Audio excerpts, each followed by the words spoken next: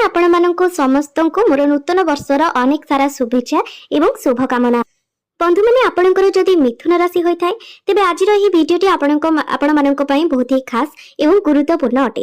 तो से आपण मैंने भिडियोटी को स्किप न करी थरे मात्र शेष पर्यंत निश्चय देखंतु।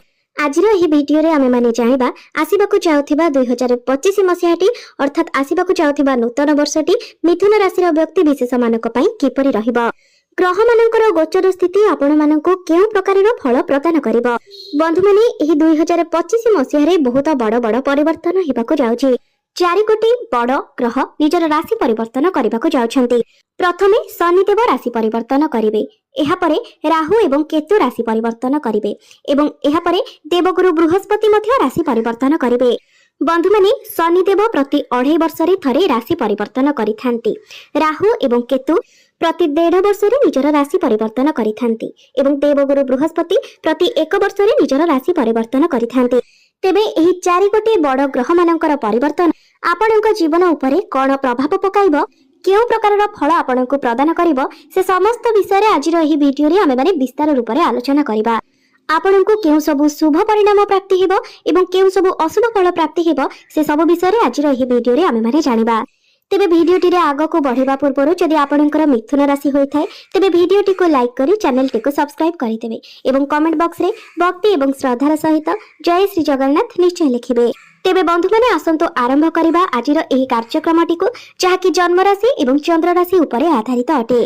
तेबे आसंतो जानिबा एही वर्ष 2025 टी मिथुन राशि व्यक्ति विशेष मानक पई किपरि रहिबो। बंधु माने राशि चक्रर 12 गोटी राशि मध्यरु तृतीय राशि हेउछि मिथुन राशि एवं आपणकर राशि अधिपति हेउछन्ति बुध एवं 2025 मसिहार आरंभ रे बुध आपणकर षष्ठ भाव रे रहिबे। आपणकर द्वितीय भाव रे मंगल विराजमान रहिबे, चतुर्थ भाव रे केतु विराजमान रहिबे, सप्तम भाव रे सूर्य विराजमान रहिबे, आपणकर नवम भाव रे शनि एवं शुक्र विराजमान रहिबे, दशम भाव रे राहु विराजमान रहिबे एवं आपणकर द्वादश भाव रे देवगुरु बृहस्पति विराजमान रहिबे। तो एहा होछि जनवरी 2025 रो ग्रह मानकर अवस्थिति। एहा परे 30 मार्च को शनिदेव आपणकर भाग्य भावरु बाहरी आपणकर कर्म भाव अर्थात आपणकर क्यारियर भाव को चलन करिवे, अर्थात मीन राशि को चलन करिवे। 15 मई को देवगुरु बृहस्पति आपणकर द्वादश भाव को छाड़ी आपणकर लग्न भाव को चलन करिवे, मिथुन राशि को चलन करिवे। 18 मई को राहु आपणकर मीन राशि को छाड़ी अर्थात आपणकर क्यारियर भाव को छाड़ी आपणकर भाग्य भाव को चलन करिवे एवं केतु सिंह राशि को चलन करिवे अर्थात आपणकर तृतीय भाव को चलन करिवे। तो सर्वप्रथम आसंतु जानिबा देवगुरु बृहस्पतिंकर चलन आपणक जीवन रे केउ भली प्रभाव पकाइबो। तेबे 15 मई को देवगुरु बृहस्पति आपणकर राशि को चलन करिवे। पूरा 12 वर्ष परे गुरु आपणकर प्रथम भाव को चलन करिवे। तो 15 मई परर समय आपणक पई बहुत शुभमय रहिछि। मात्र 15 मई पूर्वरु देवगुरु बृहस्पति आपणकर द्वादश भाव रे रहिबे। तो एही समय अवधि मध्यरे आपणकर स्वास्थ्य को नेकी वैवाहिक जीवन को नेकी किछि समस्या देखा देई पारे। एहा सहित आपणकर क्यारियर रे मध्य किछि समस्या देखा देई पारे। आपण माने निश्चय अनुभव करिथिबे जे पूर्व 1 वर्ष भितरे आपणकर निश्चित भाव रे अधिक खर्च होइछि। हठात करी आपणकर किछि बड़ खर्च होइथिबो, वैवाहिक जीवन रे समस्या सृष्टि होइथिबो, आपणकर क्यारियर रे मध्य समस्या देखा देइथिबो कारण गुरु आपणकर द्वादश भाव रे अछंती। द्वादश भावटी को कुंडली रे अशुभ बोली माना जायथाय। आपण एही समय रे कोनोसी नुवा नुवा लोकंक सहित निश्चय मिसिथिबे, चिन्ह परिचित मध्य होइथिबे। एठारे गुरु बसी आपणको बहुत अधिक ट्रैवल कराइथिबे, आपण विदेश यात्रा मध्य करिथिबे एवं 15 मई पूर्वरु आपणकर वैवाहिक जीवन रे ताळमेळ रे टिके कम देखा देई पारे। वैवाहिक जीवन रे टिके समस्या देखा देई पारे, क्यारियर रे मध्य टिके समस्या देखा देई पारे। तो ए सब प्रति आपण टिके ध्यान देबे। आपणकर हठात करी कोनोसी बड़ खर्च होई पारे, खर्च रे वृद्धि देखा देई पारे। तो एभली परिस्थिति 15 मई पर्यंत रहिबो।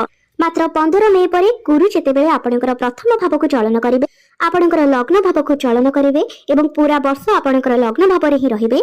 गुरु आपणकर पंचम भाव, सप्तम भाव एवं नवम भाव को देखिबे। बंधु माने पूरा 12 वर्ष परे आपणक पई एई भली शुभ समय आसीछि जे गुरुदेव आपणकर राशि को आसीछन्ति, जहाकी आपणक पई अत्यंत शुभ अटे। गुरु आपणकर प्रथम भाव रे बसी आपणकर ज्ञान को बढ़ाइबे, आपणकर मैच्योरिटी लेवल को बढ़ाइबे, आपण सामाजिक कार्यकलाप रे मन देबे, आपण धार्मिक पथरे अग्रसर हेबे, धार्मिक कार्य रे आपणकर मन बळिबो एवं कोनोसी धार्मिक स्थान को मध्य आपण यात्रा करि पारंती। समाज रे आपणकर मान सम्मान बढ़िबो, आपणकर पद प्रतिष्ठा बढ़िबो। आपण आध्यात्मिकता आडकू गति करिवे। तो गुरु आपणकर प्रथम भाव में बसी आपणकर पंचम भाव को देखिबे। तो आपण माने जदि संतान पई प्लानिंग करूछंती तो एही समयटी आपणक पई बहुत शुभमय रहिबो। जो माने संतानर कामना करुथिले सेमानंकु संतान सुख प्राप्ति हेबो। फैमिली प्लानिंग बाई 15 मई परर समय आपणक पई बहुत शुभमय रहुछि। आपणकर प्रेम जीवन पई मध्य बहुत भल समय अटे। आपणकर प्रेम जीवन रे पूर्वरु जहाँ भी किछि समस्या थिला एही 15 मई परे आपणकर सब समस्या दूर होई जिवो। आपणकर प्रेम जीवन रे आपणक मध्यरे भल पाइबा बढ़िबो। आपणक मध्यरे अंडरस्टैंडिंग बढ़िबो। पंचम भावटी शिक्षार भाव मध्य होइथाय। तो विद्यार्थी मानक पई मध्य 15 मई परर समय बहुत भल रहुछि। शिक्षा क्षेत्र रे आपण बहुत अधिक उन्नति करिवे। आपण उच्च शिक्षा करि पारंती। कोनोसी नूतन स्थान रे आपण एडमिशन नै पारंती। शिक्षा क्षेत्र रे आपणकर ज्ञान बढ़िबो, बुद्धि बढ़िबो। ज्ञान एवं बुद्धि बल रे आपण शिक्षा क्षेत्र रे बहुत अधिक सफलता लाभ करिवे। 15 मई परे जदि आपणकर कोनोसी एग्जाम रहिछि तो निश्चित भाव रे सेथिरे आपण उत्तीर्ण हेबे। गुरु आपणकर प्रथम भाव रे रही आपणकर सप्तम भाव को देखिबे। सप्तम भावटी आपणकर वैवाहिक जीवनर भाव होइथाय, जीवन साथीर भाव होइथाय एवं पार्टनरशिप र भाव होइथाय। आपणकर डेली इनकम रो मध्य भाव होइथाय। तो जदि आपण माने पार्टनरशिप रे बिजनेस करूछंती तो 15 मई परर समय आपणक पई बहुत भल रहिबो। किबा आपण जदि पार्टनरशिप रे बिजनेस स्टार्ट करबा पई चाहुछंती तो 15 मई परे कले ही आपणक पई भल रहिबो। 15 मई परे आपणकर डेली इनकम वृद्धि पाइबो। आपणकर फाइनेंशियल ग्रोथ हेबो। आपण टंका सेविंग करि पारिबे। आपणकर बैंक बैलेंस मध्य बढ़िबो। किबा आपण कोनोसी नूतन व्यापार वाणिज्य मध्य आरंभ करि पारंती। बिजनेस रे आपणकर ग्राहक बढ़िबे। आपणकर वैवाहिक जीवन मध्य 15 मई परे बहुत शुभ रहिबाको जाउछि। आपणक मध्यरे भल पाइबा बढ़िबो, अंडरस्टैंडिंग भल रहिबो। एवं जे मिथुन राशि व्यक्ति विशेष मानकर विवाह होई नाही, विवाह बयस होई जाइथिले मध्य विवाह स्थिर होई पार नाही, तो एही वर्षटिरे सेमानंकु भल प्रस्ताव मिलिबार योग सृष्टि हेउछि। आपणकर मन मुताबक स्थान रे विवाह मध्य स्थिर होई जिवो। गुरु आपणकर प्रथम भाव रे रही आपणकर नवम भाव को देखुछंती। तो आपणकर भाग्य रे मध्य वृद्धि आसीबो। भाग्य बल रे आपण बहुत बड़ बड़ इन्वेस्टमेंट करी सेथिरे लाभ पाई पारिबे। कोनोसी बड़ कार्यर आरंभ मध्य करि पारिबे। कोनोसी जानवाहन किबा प्रॉपर्टी मध्य किनि पारिबे। एबे आसंतु जानिबा शनिकर चलन आपणक उपरे केभଳି प्रभाव पकाइबो। बंधु माने शनिदेव आपणकर नवम भावरु बाहरी आपणकर दशम भाव को चलन करिवे।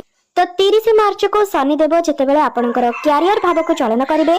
तो जेतेबेले शनिदेव आपणकर कैरियर भाव को चलन करिवे सेतेबेले आपणकर कैरियर रे उन्नति आसीबो। आपण आपणकर कैरियर क्षेत्र रे बहुत अधिक उन्नति करिवे।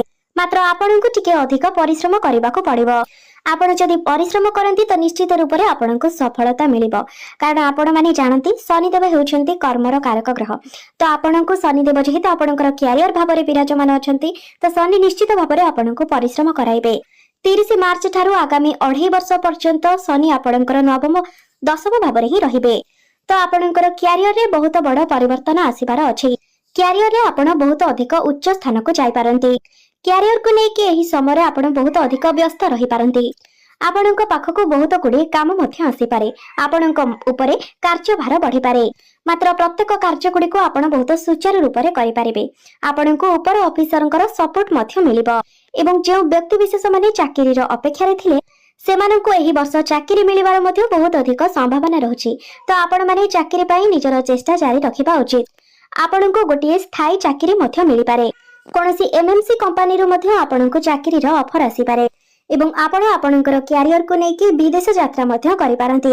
इंपोर्ट एक्सपोर्ट रो कार्य करुथिबा व्यक्ति माननको बहुत अधिक सफलता मिलिबो। कंस्ट्रक्शन रो काम, तेल रो काम, लुहा जातीय कोनोसी जिनिस रो काम, टेक्निकल क्षेत्र रे किबा इंजीनियरिंग लाइन रे काम करुथिबा व्यक्ति माननको बहुत अधिक सफलता मिलिबो। आपण एही समय रे नुवा नुवा कार्य रे मध्य हाथ देई पारंती। आपणक पाखको नुवा नुवा काम मध्य आसी पारे। तेबे एबे आसंतु जानिबा राहु एवं केतु राशि परिवर्तन करी आपणको केउ भली फल प्रदान करिवे। 18 मई को राहु आपणकर कर्म भावरु बाहरी आपणकर भाग्य स्थान को चलन करिवे एवं केतु आपणकर चतुर्थ भावरु बाहरी आपणकर तृतीय भाव को चलन करिवे।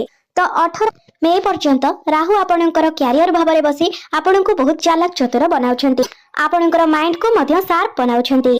बंधु माने 18 मई रु नहीं पूर्व 1.5 वर्ष भितरे राहु आपणकर कैरियर भावरे रही किछि ना किछि परिवर्तन निश्चित रूप रे आनिथिबे। आपणक पाखको नुआ नुआ काम आसी थाई पारे। आपणकर नुआ नुआ लोकंक सहित भेट होई थाई पारे। आपणक कैरियर क्षेत्र रे आपणको आकस्मिक लाभ मध्य प्राप्ति होई थाई पारे। आपण समस्त कार्य को बहुत चालाक एवं चतुर भाव करि पारिथिबे। टेक्निकल क्षेत्र में आपण बहुत अधिक उच्च स्तर को जाइथिबे। आपणकर काम करिवार शैली रे किछि ना किछि परिवर्तन निश्चित भाव में आसीथिबो। मात्र 18 मई को राहु जेतेबेले आपणकर भाग्य भाव को चलन करिवे, आपणकर नवम भाव को चलन करिवे। शास्त्र रे कहा जायछि जे राहु जेतेबेले नवम भाव रे विराजमान थांती तो एहाकु पितृदोष माना जाय थाए। तो 18 मई पर आपण निज पितांक सहित संपर्क भल रखिबा पई चेष्टा करंतु, कारण एही समय आपणकर पितांक सहित आर्गुमेंट हेबा भली परिस्थिति आसी पारे। निज पितांको आपण अपमान देला भली कोनोसी कथावार्ता करंतु नाही। पितांको तरबरिया भाबरे आपण कोनोसी डिसिजन नियंतु नाही। राहु आपणकर नवम भाव को आसिले आपणकर पितांक सहित कोनोसी कଳି झगड़ा उत्पन्न कराई थांती। आपणक मध्यरे वैचारिक मतभेद देखा देई थाए। बंधु माने भाग्य स्थान को राहुंकर आसीबा एते भल बोली विचार करा जाय न थाए। एही समय भाग्य आपणकर पूर्ण मात्रा रे साथ न देई पारे। जो कार्य आपणकर 2 दिन रे हबा कथा सेही कार्य पई आपणको 10 दिन मध्य लागि पारे। तो भाग्य स्थान रे राहु बसी राहु आपणकर भाग्य को कमजोर बनाई पारंती। केतु मध्य आपणकर तृतीय भाव को चलन करिवे। तो केतुंकर तृतीय भाव को चलन करिवे आपण एही समय ऑनलाइन क्षेत्र रे किबा डिजिटल क्षेत्र रे बहुत अधिक एक्टिव रहिबे। एही समय आपण बहुत अधिक धा दौड़ करि पारंती, बहुत ट्रैवल मध्य आपण करि पारंती। मात्र एसबु परे मध्य आपणक मध्यरे असंतुष्टि रहिबो। ऑनलाइन काम को नहीं आपण असंतुष्ट रहि पारंती। बंधु माने केतु हेउछंती असंतुष्टर ग्रह। आपण ऑनलाइन क्षेत्र रे, डिजिटल क्षेत्र रे, बैंकिंग क्षेत्र रे, मैनेजमेंट क्षेत्र रे, ट्रैवल एंड टूर क्षेत्र रे बहुत अधिक सफलता प्राप्ति करिथिबे। मात्र ता परे मध्य आपणक मनरे असंतुष्टिर भावना रहिबो। एही समय छोट भाई भौणीक सहित मध्य आपणकर संपर्क भल रहि न पारे। तो एथि प्रति आपण टिके ध्यान देबे। तेबे बंधु माने एहा थिला वर्ष 2025 मसिहाटी मिथुन राशि व्यक्ति विशेष मानक पई किपरि रहिबो। एबे आसंतु जानिबा किछि प्रतिकार विषय जो प्रतिकार गुडिक करिबा द्वारा एही वर्ष आसुथिबा अशुभत्व गुडिक आपणकर दूर होई पारिबो। तेबे सर्वप्रथमे आपण बुद्धंकर बीज मंत्रर जप प्रत्येक दिन 108 थर निश्चित भाबरे करंतु। एवं राहु जेहेतु आपणकर भाग्य स्थान को आछुचंती तो सेथिपई आपण राहुंकर प्रतिकार स्वरूप प्रत्येक दिन पक्षी मानकु किछि खाद्य खाइबाकू दियंतु, दाना दियंतु एवं पानी पीबाकू दियंतु। एहा सहित प्रत्येक दिन आपण विष्णु सहस्र नामर पाठ करंतु। आपणको शुभत्व प्राप्ति हेबो एवं आसुथिबा समस्या गुडिक मध्य दूर हेबो।